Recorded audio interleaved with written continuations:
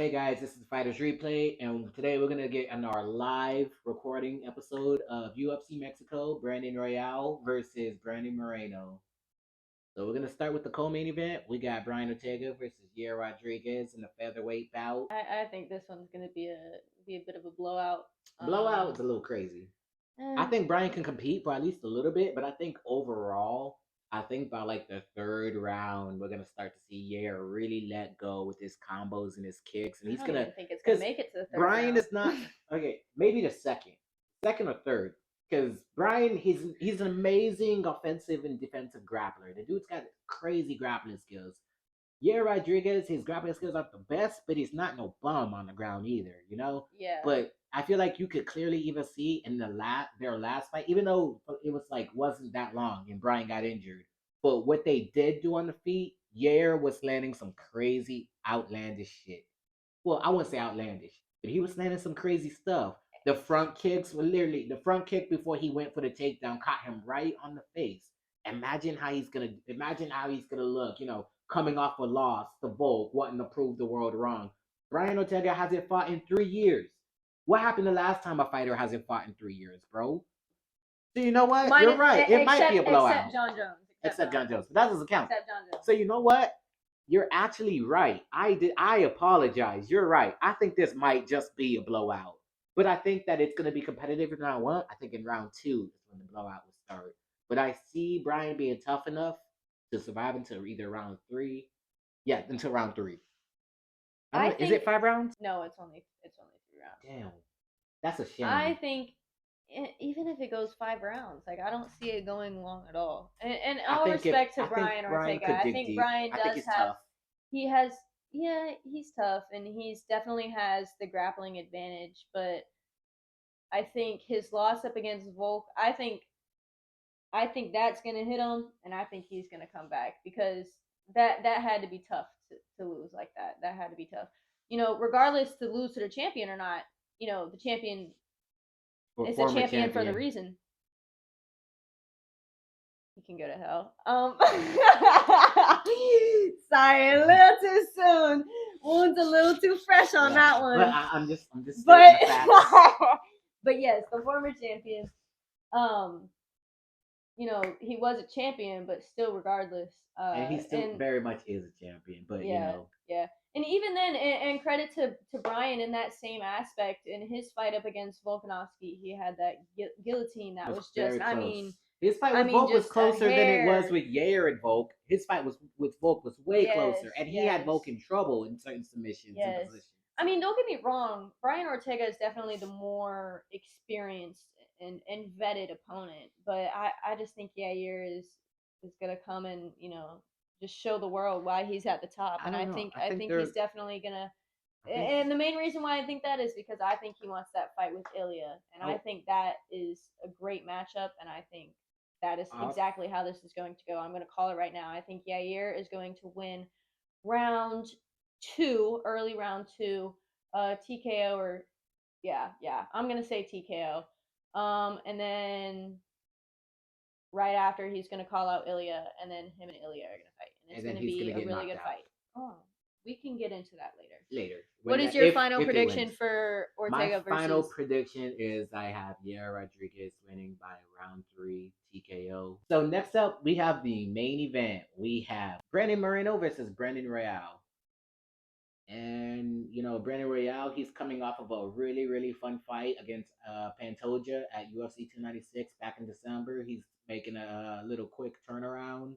I think one problem with him in his last fight is that I feel like that's making a lot of people count him out is that, Pantoja didn't fight Brandon Royale the way he usually fights everyone. Pantoja is usually somebody who comes in super aggressive and it's just like not reckless, but no, pretty much reckless.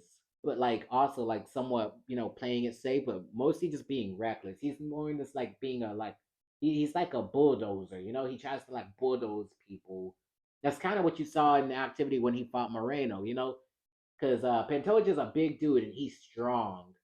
But in that fight, he fought a bit more patient and a bit more calculated than I think everybody calculated. And I don't think that Royval, was expecting that. I think that one thing that he's realized, and he even said it in an interview with Ariel Hawani, he said that his biggest problem in his mixed martial arts career that he realizes is his ability to adapt on the fly while in a fight. And that is true. It is a true statement. And I feel like being aware of that, I feel like he's going to put up a much more bigger fight than I think a lot of people are going to anticipate with Brandon Moreno. Because Brandon Moreno is an awesome dude. He's a former champion. He's coming off a loss to Pantoja, but let's not forget those wars he had with Figueredo. And Figueredo is no laughing matter. Figueredo is a possibly a top contender who's going to be a top contender at 135. You know, he's fighting Cody at UFC 300. He just beat Rob Font. You know, MMA math doesn't usually work, but I think that when I think he might get a fourth round TKO. I think he might catch Brandon with something, but I don't think he will. So I'm gonna say Brandon Moreno by decision. But it's possible that Royale catches him with something that puts him in trouble, and Royale could catch him in a submission or something. Because Brandon Moreno is susceptible to getting hit every once in a while. Part of me wants to base this fight off of their last encounter.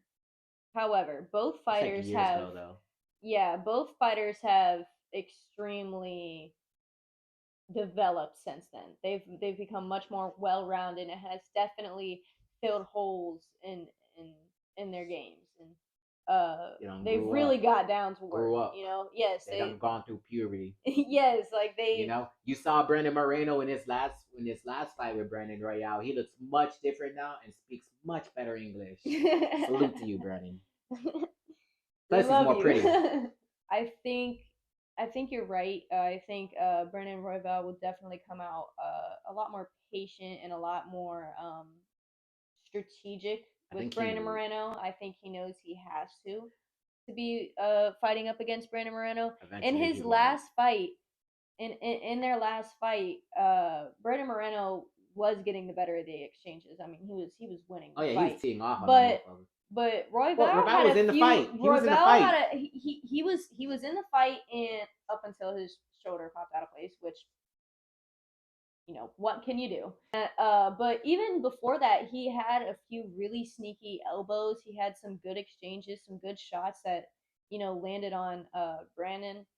Never truly out the fight. That's exactly. The one dangerous thing about Royale. You've seen even the moments where he's gotten hurt in his fight with Kai Kara France. Kai Kara France landed like a solid hit on him, and he was like wobbly, and like while he's wobbly and shit, bro throws a spinning fucking Yair Rodriguez elbow and drops Kai Kara France within the same sequence. And it's like, who does shit like that? If you see people get rocked and you see them wanting to run away, this motherfucker, he's like, okay, let's do this then. You know, who the fuck does that? It's a crazy unpredictability that also can be very dangerous. So Brandon Moreno does have to watch out. He has to take this serious. He can't look at this as, I fought this guy and I beat this guy already, so I could definitely do it again using the same game plan. No, this is a completely different fighter, somebody who's definitely way more dangerous. I think Brandon Moreno needs to expect a hard fight. If he goes in there thinking it's going to be easier than what it really is, then it won't go well. But I still do see Brandon Moreno winning this by decision. I see Brandon Moreno winning. I also see Brandon Moreno winning by either submission or decision. I don't think he's gonna get a TKO. I think Brandon's KO. Too tough for that. Yeah, I agree. I mean, maybe a TKO if he can get him into a position up against the cage. And his shoulder pops out again. You never know. But regardless, it's gonna be an amazing fight night. Great. Raul Rosas Jr. is on this card. Oh, Raul Rosas Jr., my boy. Can't wait to see our boy fight again. And our boy Felipe dos Santos is coming through. He is an exciting flyweight prospect. Came in his debut on the UFC 293 card against Manuel Cape and had one of the most exciting fights. And even had moments where he was winning and landing good shots on Manuel Cape. And Manuel Cape is like one of the top dogs in the flyweight division, whether he can make weight or not, And yeah, much more to come. We got a lot more coming up this weekend. PFL versus Bellator is a big card, so we also made a video about that. If you guys want more combat sports content, please follow at The Fighters Replay. Hope you guys enjoyed this episode, and we'll catch y'all next time. synchronized. I love Literally. You can't break me, I got iron bones. My ground game will leave your mind blown. I'm ready to fight in any time zone. I'm the greatest, you can call me John Jones. Knocking clowns out like I'm Steve Pay. We can even fight on the freeway. I'ma leave him bloody right where he lay. This is the Fighters Replay.